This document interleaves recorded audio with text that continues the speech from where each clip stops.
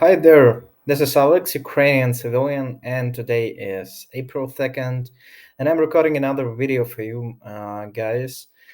This video would contain two parts as always. The first one is the map with current frontline activities and some personal insights from me, and the second part will give you a little bit more insights on Russian economy, on the impact of Russian economy to the whole world, how they communicate with world regarding embargo, counter sanctions, etc. Because I'd like to educate you a little bit about this particular country and its impact on the whole world. So, the third news is that I would probably soon stop my blogging activity because more and more cities in Kyiv region are free from Russians. They flee, and I assume I would soon reveal my identity, and I will focus on finding a new job in order to support Ukrainian economy as well. Here you can see the latest map from April 1st. At the same time, I'd like to highlight one important thing.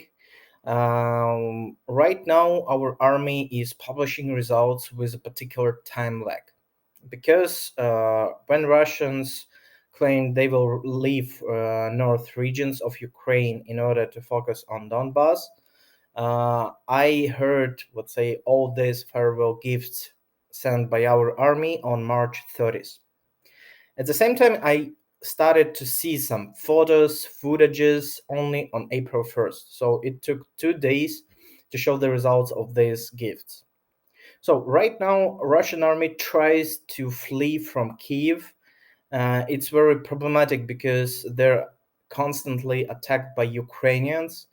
A lot of techniques is captured. A lot of soldiers die, and basically it's not an organized or steady process, so it's very chaotic, and of course Ukrainian army uses this time to let's say to make as many losses as possible in order to not give Russians a chance to regroup completely. So as we can see, there is particular possibility of quad drones for Russian troops near Kyiv in Bucha, Gostomel, and Warsaw. I will keep you updated if I have any additional information. However, the situation for Russians here is very, very bad. Basically, because they try to run, they do it under artillery attacks. Our special forces also cleans Russians from villages, cities, and it's a process full of blood actually for Russians. Of course, our troops also suffer from losses, but they're not comparable to Russians. The second direction, Chernigiv, doesn't have a lot of changes. So basically, Russian troops, their BTGs or battalion tactical groups are marked by purple dots. They are keeping to let's say to size Chernigiv, but at the same time, they would have problems when Ukrainian army goes after them. So for now, it's quite the same situation in Chernigiv. Kharkiv direction is very hot because at the moment Russian focused on doing quad drone of our troops in Donbass. Our troops left Izum, a small city that was a checkpoint for Ukrainian army. However, they have a lot of fortified positions behind it, so it would be very, very hot April. Mariupol and Donetsk has the same situation. I was very, curious about how really powerful is this Russian groups, because on March 31st, eight Ukrainian helicopters managed to land in Mariupol. And basically, unfortunately, three of them were shot down later. However, it means that Russians don't have enough anti-aircraft systems in this region. And the last direction is Mykolaiv. Here, the situation is very volatile. Ukrainians try to make diversions. They try to make sabotages, and they try to kill Russians by small groups. So there is no single front counterattack. However, Russians suffer from the lack of logistics, and they are also dying. So the pictures you have seen are mostly taken from public sources. Some of them are done by Yuri Birkov. He's a war journalist, military journalist from the Ukrainian side. And I, of course, I'm happy about the current successes of Ukrainian army, but it's not the end, and we still are in huge need of heavy weapons in order to protect Donbass from further aggression of Russian troops. So let's see how it goes. Right now, Russians try to explain all of these victories, and they try to to build new narrative that everything is fine, our guys just dying and it's fine. So let's see how it's going, and let's start the next part of my video, and let's talk about Russian economy. I know there are a lot of people that don't understand the the principles of globalization, of international trade, connections, how it works or it doesn't work in some things. And of course, I'd like to to talk about the impact of Russian economy. Of course, Russian propagandists try to say that Russia is a self sustainable economy. We will survive through all of these sanctions. They will only help us to build a healthy, internal focused economy, etc. We all know there is only one simple example of a self sustainable economy, it's North Korea. Basically, it's not economy at all, but okay, let's take it as an example. So let's start from the structure of budget, Russian budget income. Structure of Russian budget income. It's very important to understand how Russians earn their money. They use for financing social, military, or infrastructure projects. Basically, their budget is quite big, of course, especially if you compare it with small countries around the world. Their federal budget is 300 billion US dollars, and at the same time, I'd like to focus on one simple fact. We are talking about the budget of 2021. Oil and gas sector paid 38% to the federal budget of Russia. So it means that Russia completely depends on selling oil and gas for foreign companies. If also, it's very important to understand that 60 billion of US dollars came from import taxes from goods that were imported to Russia. And a lot of this money are lost because many different companies around the world stopped their activity in Russia. Another important thing about Russian economy, it's quite wealthy if you compare with other countries. So basically, their economy is 11th in the world by GDP. So it's more than 1 trillion 700 billions United States dollars. At the same time, it's very important to highlight that Russia is 57th country by GDP per capita. It means that their economy is not effective. And if Russia lose any income from oil and gas, their economy will be just destroyed. Because of course, Russian propagandists can tell you a lot about their self-sustainable economy, etc., and that China will buy oil and gas. However, it's very, very fragile. Now let's go to the exports analytics. What Russians export? It's very important because many people think that Russia is a kind of developed country with a lot of different goods produced in this country. This analytics is taken from internet, so it's basically open. You can Google it. I don't want to pretend I'm a huge economical expert. However, it's very important to see a couple of moments. Almost 55% of Russian export is oil, gas, and related products. 10% are metals and metal goods. 7.7% are fertilizers that, as you may heard, they want to stop exporting. Almost 36% of their trade, of their exports, are focused on European Union. China has about 28% of their export, which means Russia is completely dependent on external partners. And any particular bragging, we can stop exporting everything, and we can become a self-sustainable economy, means they will lose a lot of money. That's why I'm very skeptic about all those propaganda narratives. So Russia is the 19th country in the world by export, and they are 22nd country in the world by import.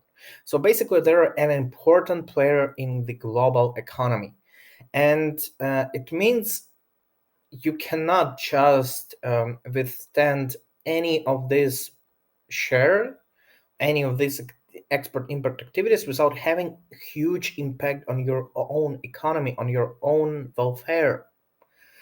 And now I'd like to talk about their counter sanctions, how it look like, and what may happen with worldwide economy. And let's talk about Russian counter sanctions, or how Russians threat all civilized world that they will block the export of some goods.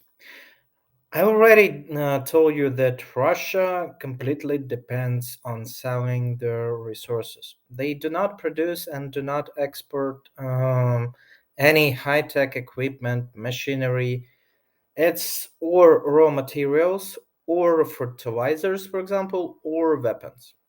So basically, let's talk about possible oil and gas embargo, fertilizers embargo, metals embargo, or political sanctions. So let me start with oil. As you probably know, United States already claimed to embargo Russian oil. So a lot of buyers around the world tried to sneak through these sanctions or buy it from intermediaries with some discounts, and the result is very simple. Right now, Russia tries to sell its oil with Urals brand, and they have to sell it with $30-40 discount. It's a huge problem for them. Russians are bragging about having, some agreements with Indians, but Indians continue to bargain and get huge discounts. Of course, this situation means that, for example, the cost of fuel will increase significantly. And of course, it means the final cost of goods will increase. But it's not dramatical. It's not. It doesn't mean that Russian oil will not appear on the market. The same thing happened with Iranian oil that China buys right now. Let's move on to gas. So the situation with gas is very, very interesting. Russia exports about 70-80% of its gas to European Union. This gas has about, the whole gas numbers have about 10% of the budget income, and they cannot just stop it. Why? It's very simple, because China purchases Russian gas for $150 per 1,000 of cubic meters. It's 7 times cheaper than European Union buys it. The first thing. The second thing is the pipeline that goes to China is completely loaded. They don't have any transportation resources to, for example, switch the pipeline to China. So they have to sell gas to European Union, or they can just close all gas extracting industry. And as we also yesterday, after yesterday, basically all these Russian narratives will demand to sell us, we will demand to buy our gas in rubles, led to nothing. Basically, European customers, let's say, use euros. They pay to Russian bank in Europe, and then Russian bank works as an exchange point in some shopping mall. That's all. So that's all. No victories, but of course, Russian government can sell some victory to their internal audience. Fertilizers. I don't have exact numbers of the export structure for fertilizers. They are not very indicative in open sources. However, it's very diversified, and most of fertilizers go to uh, Brazil, who is a friend of Russia. It goes to China. It goes to United States. It's very diverse, and it could be replaced by other producers. Again, they won't stop exporting it because the industry will just collapse. They will sell it to some countries that do not support the blockade of Russia, and it will appear on the market with some additional margin. The next thing is food. Let's talk about food as a part of fertilizers. Russian and it's the same as Ukraine exports a lot of wheat, sunflower oil, etc. However, it mostly goes to Middle East, North Africa, and China. So all their narratives they will stop exporting food will lead to nothing because they do not plan to stop the export to friendly countries. So again, we see another example of empty propaganda. Metals, for example, palladium or uranium, um, the whole industry of such metal extraction from soil cannot be collapsed. It cannot be destroyed. These guys won't sell it directly to Western countries. What they will do, they will sell it to Chinese intermediaries with some discount. Chinese will do some margin on top of it. It means that, for example, your iPhone is going to be more expensive for 10%. Is it critical? No. Is it unpleasant? Yes. So, and I'm not going to talk about political sanctions seriously because inability of European politicians to go to Russia and have some savings there is basically just ridiculous. Their sanctions are ridiculous, and they only needed to feed their internal audience with some victories. I think that's all. My conclusion is not the conclusion of a professional economist. However, I see that there would be negative results. Of course, any significant war leads to the problems in economy in the whole world because of its global structure. Does it mean that, for example, Western people or people in the United States or people somewhere in Asia will struggle with food? Probably no. Prices will go up. Some people will starve. You would buy goods with margin, but regular life will continue. Thank you for watching my video. I hope it was quite indicative and enough. It contained enough information for you to know more about Russian economy and its empty threats. However, I hope that your particular country where you live won't be affected too much. Thank you for watching my videos. Thank you for following me. I'll continue to produce content until I am not ready to start working on full time. And please donate to Ukrainian army. You know everything. You know verified accounts. They're under my video, and that's all. Have a nice day. Bye, folks.